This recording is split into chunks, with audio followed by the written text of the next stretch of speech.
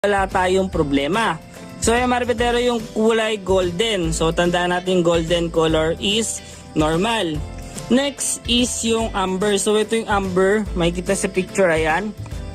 So yung amber na color is color na medyo color red siya, pero mas light lang, which is very normal. Kadalasan lumalabas yun pag nagpapakain ako ng alaga ng rabbit ng dahon ng saging. So ay maripitero, laging tingnan kung tama yung aking experience or tama ba yung aking sinasabi. Kapag nagpakain tayo ng